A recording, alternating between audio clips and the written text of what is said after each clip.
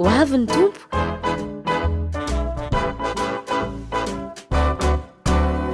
Ho avy ny tompo andray ny olony ety, ho avy ny tompo tsy andriky ery. Dia faly miona aminao indray ny tenako amin'izao fotoana izao dia tononiko amin'ny tokantrano izay mampinosan'ny tenanay ny fiadanan'ny tompo, ary dia hivavaka isika hametraka izao fotoana izao eo am-pelantanan'Andriamanitra. Raha eo dia misaotra anao indray izay mbola nomenao an'ity fotoana ity, mbola ahafahanay mampahafantatra hatrany ary mahalala ny amin'ny sitraponao avy izay ho hitan'ny masonay indray andro any, ary satria tsy ho afeninao aminay zavatra mbola ho avy, ka ankehitriny izay dia efa amin'ny alala ny teninao dia efa manomboka mahalala ny amagovangony ny zavatra mbola ho avy eto amin'ity zao tontolo izao ity. Ta io manokana izao fotoana izao ho amin'izay rehetra manaraka n'ity fotoana ity, amin'ny anaran'i Jesosy Kristy Tompo. Amen. Dia androantsika zany ry havana dia androso iresaka ny mikasika ny fampakaram-bady ny zanak'ondry. Nandritra n'izay fotoana maromaro izay tsika dia niresaka hatrany hatrany mikasika ny zavatra hitranga eto amin'izao tontolo izao, rehefa hitondra izao tontolo izao ilay antsoina hoe ny bibity, ny antikrist.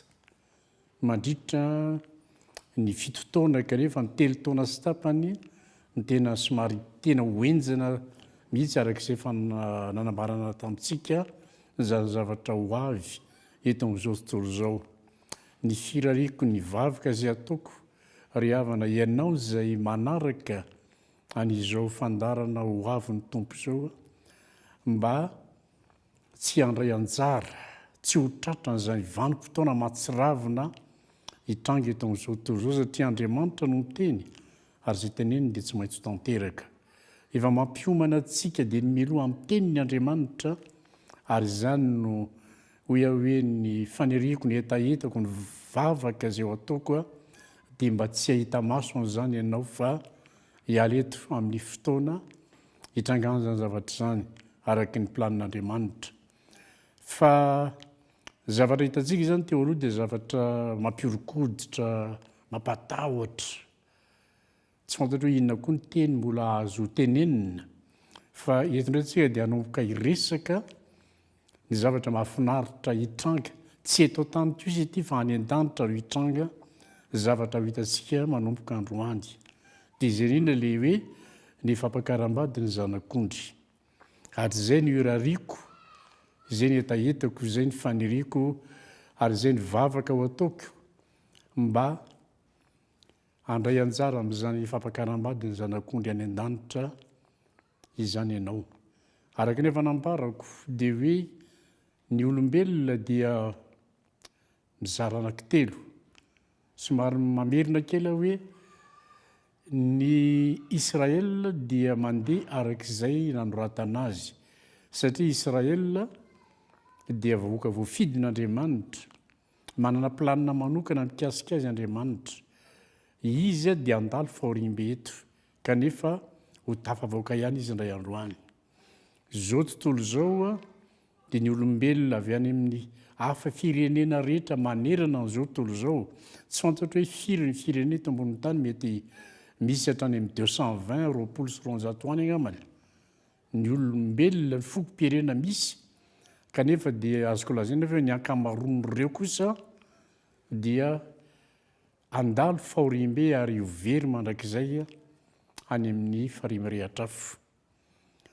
Avy amin'ireo firenena ankoatra ny Israely ireo nefa dia misy ny antsoina hoe fiangonana, izay manana planina manokana mikasika azy koa Andriamanitra, fa izay fiangonana izay no hitsenan'i Jesosy ny amin'ny ranon'ny lanitra amin'ny andro ivy, no raisin'i Jesosy eo amin'ny ranon'ny lanitra.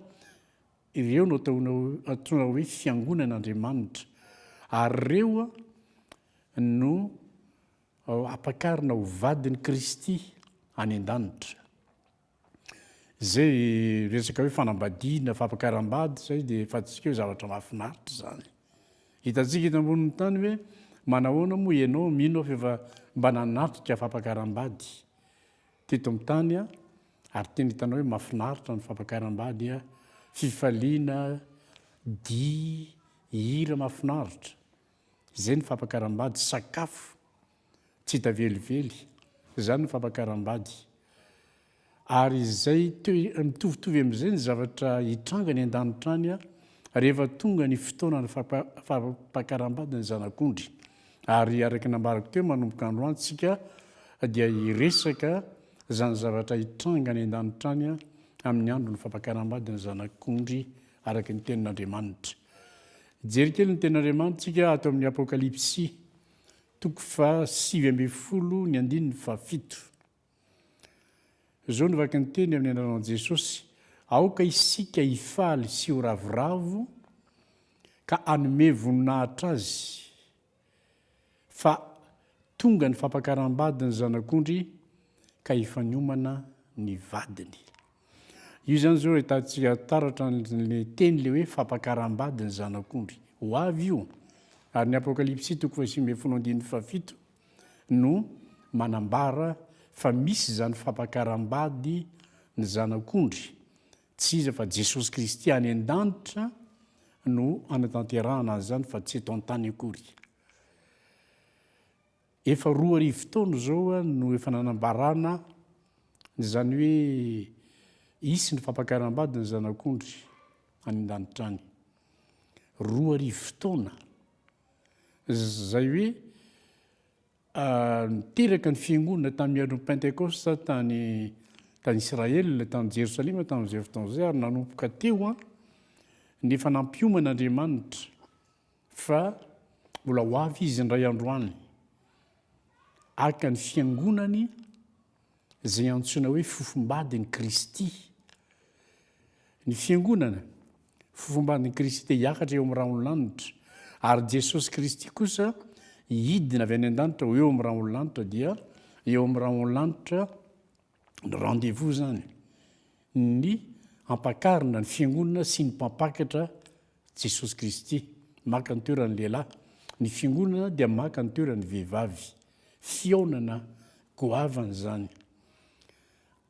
Efa nambarako kely ihany tany aloha tany hoe tsy ny olona rehetra velona akory na hoe tondra titre kristianina no hitsenana Jesosy ny amin'ny ranon'ny lanitra, fa ilay antsoina hoe fofombadin'i Kristy ihany.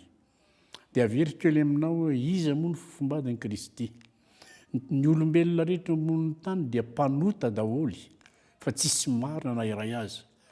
Fa ireo mpanota ireo rehefa nitoriana ny filazantsara tao anatin'ny 2 arivo taona dia nanaiky an'i Jesosy sy nandray an'i Jesosy Kristy ho tompo sy mpamonjy ny fiainany manokana. Napiditra an'i Jesosy tao anatin'ny fony izy, dia niraisin'i Jesosy izy ho anazy, nekeny Jesosy izy, dia natolotra Jesosy ny rany ho fanadiovana ny elony sy ny faotany, ary dia nampihavanina tamin'izany raha zany ho tonga zanak'Andriamanitra izy prailova amin'i Jesosy Kristy eo amin'ny fanjakan'Andriamanitra. Zay olona nibebaka ny faotany zay ka nampandroso an'i Jesosy tao am-pony, tao anatiny, izay no antsoina hoe zanak'Andriamanitra, izay no antsoina hoe fofombadin'i Jesosy. Niraisin'i Jesosy ho fofombadin'ny fiancéany zany ny mpanota izay nibebaka ny faotany. Asa ianao tsy fantaroarina efa nibebaka amin'ny faotanao ve ianao? Efa nanaiky an'i Jesosy Kristy ho tompo sy mpamonjy ny fiainanao ve ianao?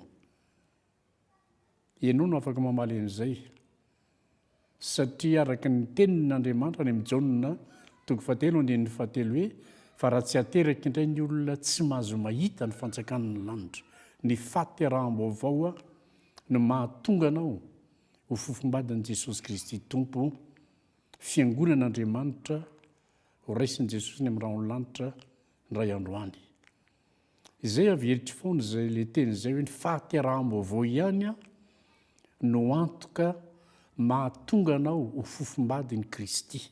Mbola fiancé ianao raha eto, rehefa tonga fofombadin'i Kristy dia nomeny ny fanahy masina ianao napetrany eo anatinao ireo karazana fanomezam-pahasoavana amin'ny teny frantsay hoe don de grâce meny ny fanahy masinao ireo fanomezana avy any amin'i Jesosy zany dia zany no entinao miandry azy ao anatin'ny 2 arivo-taona fa nefa itsika tsirarevy akory tsy hoe tsy maharitra 2 arivo-taona ny androm-piainana fa 70 taona raha mateza dia hiala eto fa mandritra an'izay 70 taona omen'Andriamanitra antsika izay no antomponao an'Andriamanitra no iandrasanao ny fiavian'ny tompo hakanao eo amin'ny rahaolanitra amin'ny andro hiaviany ho any amin'ny fampakaram-bady ny zanak'ondry hitondranao 2 arivo-taona izao no nitoriana ny filazantsara tao anatin'izay 2 arivo-taona izay dia noko fa efa betsaka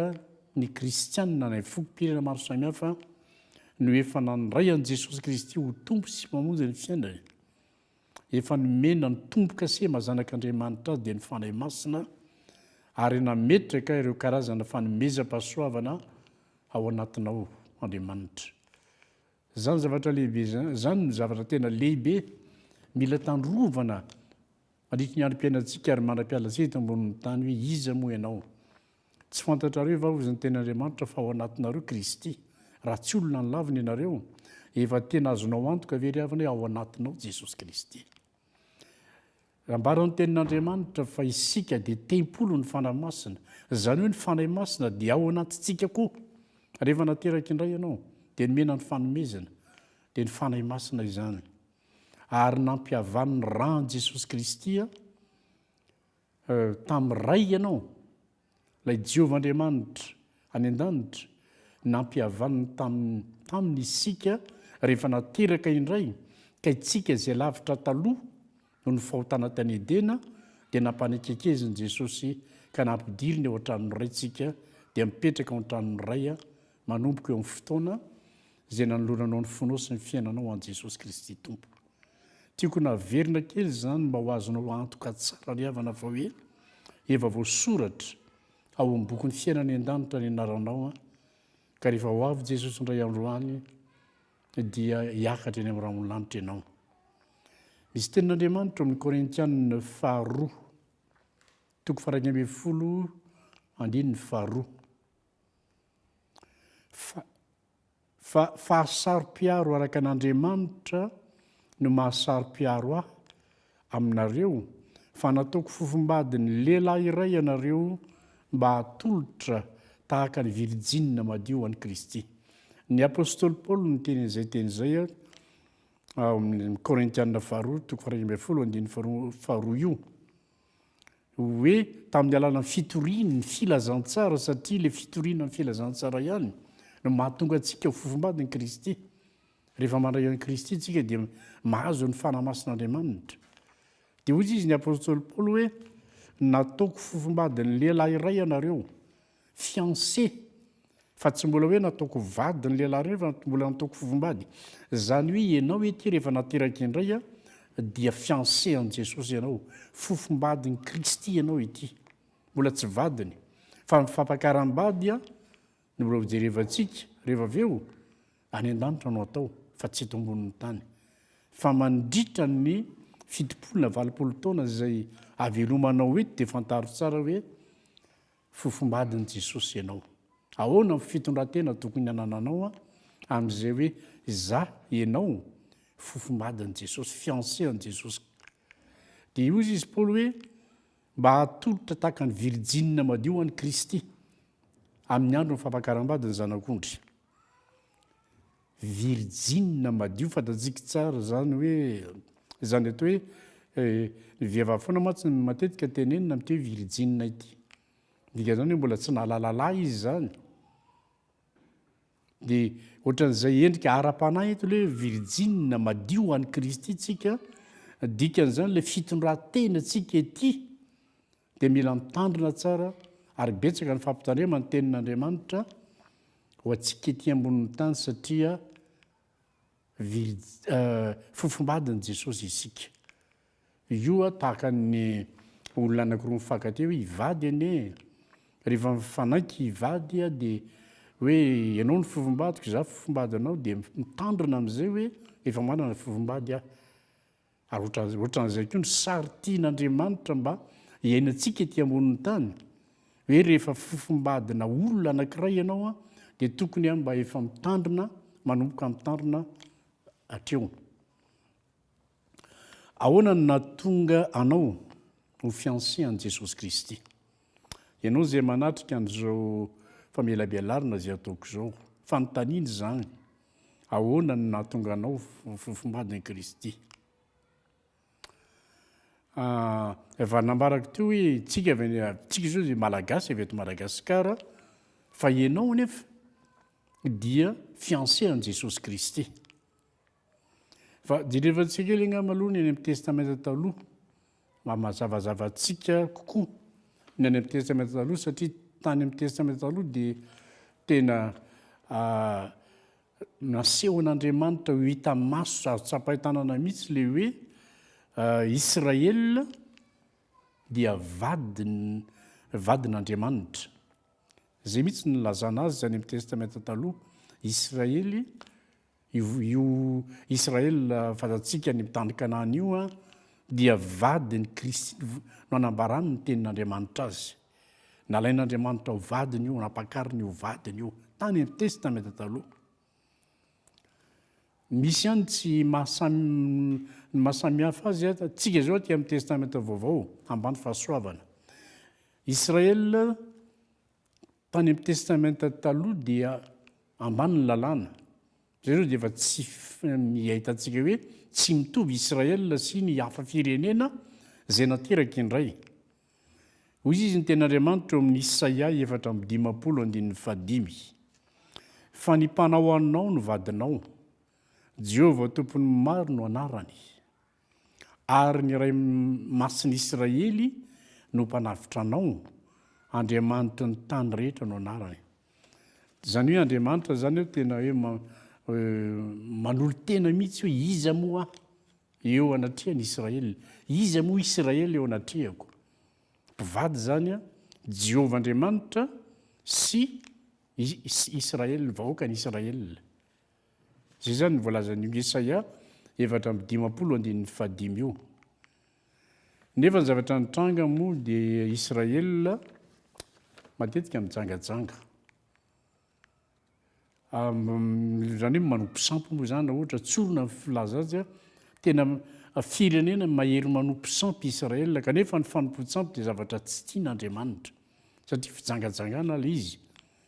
Le amin'ny tenin'Andriamanitra manambara hoe manompo sampy amin'ny vato, amin'ny hazo Israel. Zany hoe mivavaka amin'ny vato izy, mivavaka amin'ny hazo izy. Reny no ataony solon'Andriamanitra, fa tsy mivavaka mivantana amin'ny Jehovah Andriamanitra izy. Zay no nampianaran'Andriamanitra azy.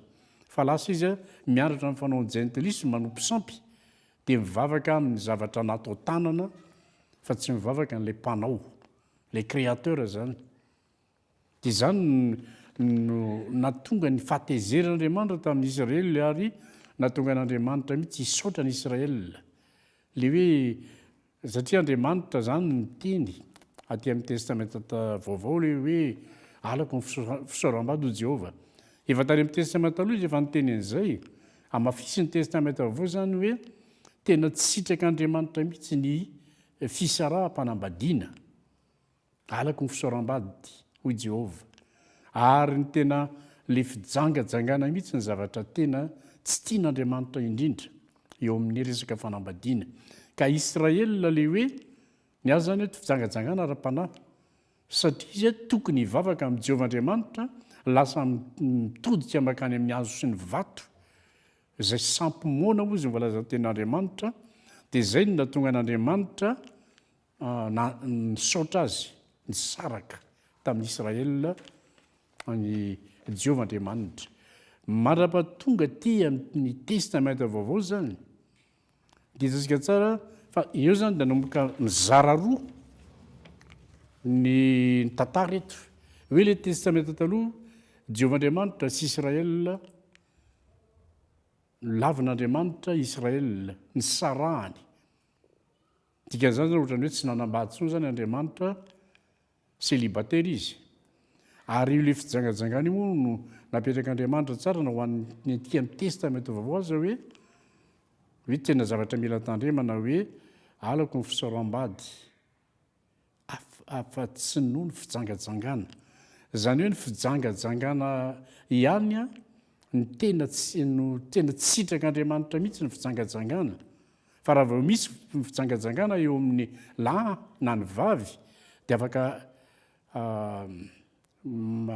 mametraka fisaraha-panambadiany anankiray izay tsy nijangajanga zany ka izay zany ny fampitandremana ho an'ny fiangonana zany izay fofombadin'i Jesosy Kristy tompo ary zany a dia eo amin'ny fiainana andavanandro zany dia efa mampianatra Andriamanitra hoe ny fitiavako anao raha hoe Israel na ny fiangonana dia mitovy ohatran'izao koa tokony hitiavanao ny vadinao. Hitantsika amin'izany Efesiana 5 ao a dia manambara an'izany mihitsy manome sary mihitsy Andriamanitra zany a manome modely Andriamanitra dia zao ny zavatra tsy tiako dia tsy tokony ho tiavinareo koa zavatra zao. Fampianarana moa zany rehefa mandeha ny fanamasinana fanambadiana ny am-piangonana any dia matetika rentsika izany teny zany fampianarana izany. Ao amin'ny Jeremia 7:7 misy ten'Andriamanitra hoe ary nataoko fa rehefa nanao izany rehetra izany izy dia hiverina amiko kanto tsy niverina izy. Zany hoe nisy fijangajangana zany nataon'ny Israel nataon'ny Joda ihany koa ny foko anankiray dia ny teny Andriamanitra miverena raha hiverina ianao a dia ho raisy indray Israel fa tsy nentin'ny verina izy tsy nentin'ny bebaka izy zany fa ny fibebahana ihany a no ahafahana miverina amin'Andriamanitra hoe miaiky le fahotanao ianao a hoe za tsy hanao tsony fa tsy nety Israel tsy niverina izy fa niandry ny fiveren'Andriamanitra fa tsy nety niverina izy. Zany teo zany testamenta taloha fa le testamenta vaovao miresaka an' Jesosy Kristy ihany koa dia vady avy any an-danitra. Io ty Jesosy ty zany le ambarako hoe io a no fiancé ny fiangonana amin'izao vanim-potoana zao ary ho ampakarina ho vadin'ny Jesosy Kristy ilay vady avy any an-danitra ny fiangonana zany no ahatongavan'i Jesosy ho avy ny tompo ndray androany aka ny fiangonana eo amin'ny raha ao an-lanitra dia ampiakariny hiditra any an-danitra ilay fiangonana ary ho ampakariny ho vadiny any an-danitra any. I Jaona Mpanao Batisa dia teny ao amin'ny Jaona 7:7 ao hoe izaho izy Jaona Mpanao Batisa dia sakaizan'ny mpampakatra dikany hoe sakaizan'i Jesosy naman'i Jesosy i Jaona Mpanao Batisa. Ny Jesosy Kristy a le mpampakatra dia manana ny fiangonany zay ho ampakariny le fiancé zany ho ampakariny. Jaona Mpanao Batisa tsy fiancé fa naman'i Jesosy. Zany zany fampianarana somary mety ho lalinalina kely aminao zany kanefa zavaiko tsara aminao a satria rehefa tanterahana mantsy io fampakaram-badin'ny zanak'ondry io tsy ilay fiancé ihany no hiditra ny lanitra fa misy koa ny olona invité any. Ohatrany hoe zao i Jaona Mpanao Batisa zany satria izy sakaizan'ny mpampakatra sakaizan'i Jesosy izy naman'i Jesosy fa tsy fofombadin'i Jesosy. Dikan'izany izy zany invité fa tsy ampakarina ho vadin'i Kristy ary misy indrindra eo amin'ny Israel zany misy hitantsika ihany na ny kristiana koa aza misy ho invité any an-danitra any fa tsy fiancé an'i Jesosy tsy ho ampakarina ho vadin'i Kristy. Mbola hazavaiko kely misimisy zany a amin'ny manaraka. Eo zany hitantsika hoe misy olona zany a atao hoe itsika zao vanim-potoana misy atsika zao zany rehefa raha tonga zany Jesosy zao ohatra hoe androany androany alina na androany maraina na androany atoandro dia jereo tsara hoe misy olona hiakatra eny amin'ny rahaonylanitra rehefa maneno ny trompetra farany misy ny fiancé an' Jesosy amin'ireny ary misy ihany koa tsy fiancé an' Jesosy fa invité fantatsika tsara reo rehefa ataony hoe mariazy ety ambonin'ny tany dia misy an'izany misy ny hoe garçon d'honneur na fille d'honneur ety fa tsy iny akory ilay ampakarina ho vady fa reny dia mpanotrony reny fa tafiditra ao amin'ilay toerana anaovana fampakaram-bady izy dia mahaliana tsy angamba nahalala hoe iza tsy fantatrona hoe izay ve ny tena mba mahaliana anao ve mba hoe za mba tiako hoe mba anatrika an'izany fa tsy ho ampakarina tsy fantatro io mikasika ny tsiraray avy zany ny fanapa-kevitra mikasika an'izany no Efesiana 5 ao Andriamanitra ny tenin'Andriamanitra dia mampianatra tsara mihitsy le hoe mikasika ny lehilahy sy ny vehivavy hoe ny lehilahy dia tokony ho tia ny vadiny izany hoe tahaka ny tiavan'ny Kristy ny fiangonana no tokony hitiavan'ny lahy ny vavy zany zao dia fampianarana ho antsika manambady ety an-tany fa men'Andriamanitra ho modely mihitsy Jesosy Kristy hoe ilay lehilahy maka vadiny fiangonana izay mantsy le tena le fototra le fampianarana hoe tahaka ny tiavan'ny Kristy ny fiangonany no tokony hitiavan'ny lahy ny vavy ety ambonin'ny tany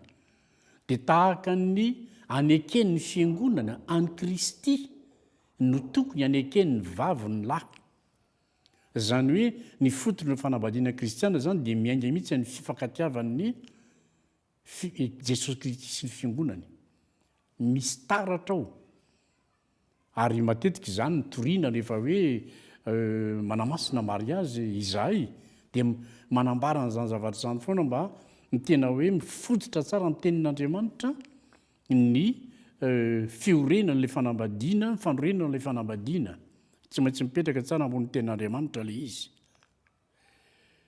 ka ny lehilahy dia natao ho tia ny vadiny dia natao anaiky ny lehilahy zany no fototry ny fanambadiana zany ary tokony ho fantatra tsara izany voalaza tenin'Andriamanitra hoe Kristy ny lohan'ny fiangonana ary ny lehilahy lohan'ny vavy zany hoe ny lehilahy zany ety ambonin'ny tany rehefa manambady ianao dia ohatrany hoe mitovy amin'i Jesosy Kristy zany milahatra amin'i Jesosy Kristy ary ny vehivavy dia milahatra amin'ny fiangonana ka zay ny fomba hitiavan'ny Kristy ilay fiangonany ny tokony hitiavan'ny lahy ny vavy somary mampianatra kely resaka fanambadiana moeto kanefa tsy izay moa tena izy fa mba ararotsika n'ilay fotoana mba hanamafisana orina tsara ny fifankatiavantsika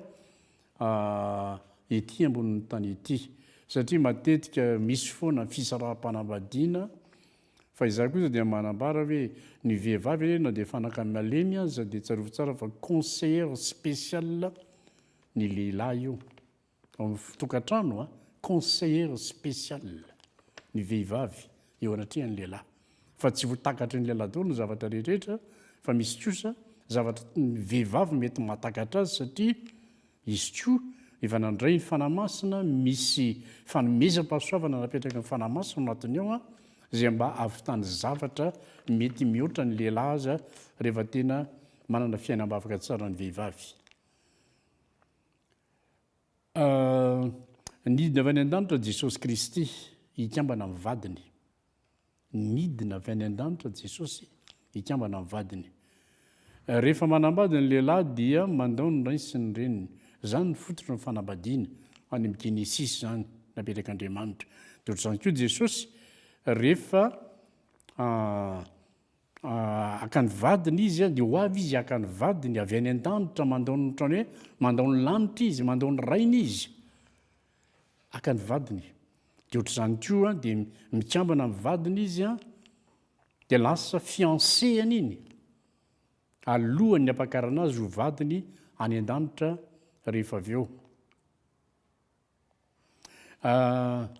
Ny modeliny tokantrano izy eo ny Kristy sy ny fiangonana. Zay ny modely ny tokantrano kristianina. Dia izany mila mba mamaky tsara ny tenin'Andriamanitra tsika rehefa etỳ hoe ahoana moa ny fifandraisan'i Jesosy sy ny fiangonana. Dia tokony toy izany koa ny fifandraisany nareo mivady ao anatiny mba ampiorona tsara ilay tokantrano, amafeona ilay tokantrano ary ame voninahitra an'Andriamanitra. Eto zany aloha ajaniko ny fanazavana aloha amin'ity tapany voalohany ity fa hotovizantsika amin'ny heriny izy fa dia hisorantsika Andriamanitra hivavaka isika isotran'Andriamanitra. Misotranao ry Tompoandriamanitra ary anay zay ny an-danitra fa afaka nampiditra ny fanazavana mikasika ny fampakaram-bady ny zanak'ondry any an-danitra izay androany. Dia misotranao tamin'ny fanentanana izay natao sy ny namoahana ireo tenin'Andriamanitra vitsivitsy fototry ny firaisany Jesosy Kristy sy ny fiangonany ary ny fanambadian'ny lehilahy sy ny vehivavy ety ambonin'ny tany. Dia apetrako ampelantananao izay fotoana vita androan'izay raisy voninahitra ao amin'ny anaran'i Jesosy Kristy. Amen. Izay ny fotoanantsika izany fa dia izao fotoana izay zavatra renao androany dia mbola azonao renesina amin'ny alarobia hariva amin'ny enina latsaka fefany hatramin'ny enina sy fefany ny fotoanantsika dia mametraka veloma mahafinaritra ho amin'ny manaraka indray veloma tompoko. Ho avy ny tompo.